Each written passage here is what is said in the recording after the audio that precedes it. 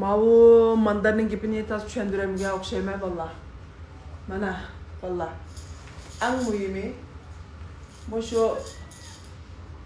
Moşunda qalatda qo'sqinlardagi bütün yel, onundan başqa poq, bütün narsaning hamini chiqarib yutadi. Necha kun yegan tamoqlaringlardan tortib pak chiqaradi, ichinglar yo'q-yo'q bo'lib qoladi. Odatda qavziyat dorilar bakchiq, mening uyamdami bakchiqdi. Lekin ma'nodek rahat emas. Chunki mushu ichinglardagi hamma narsani haydaydi. Onundan başqa ig'irliqinglarni tushgandek his qila olasizlar. Mening shaxsan his qilganim, mening ig'irligim tushyotdi. Faqat samirib baxmadim hamda joylarga turib, tomoqni jiqib olgan kun o'rlab ketib qolsam, mushundan 4 talla ichima, shaptangni tushima.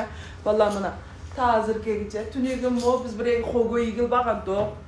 Uyga chiqib jing chiqsamlar 85 kilo ketmam, asli 81 kilo tushib bo'lgandim. Shunga bo'lmabdi deb yedim. Atgan jinga chiqib, mana 4 talla yedim, ichindikini hamini chiqarib etdim. Atgan jinga chiqsam yana 81 kilo.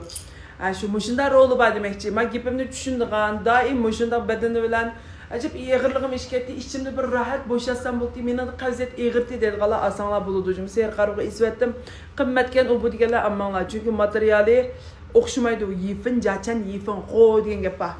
Kulu kulayık seyir karığı isvettim.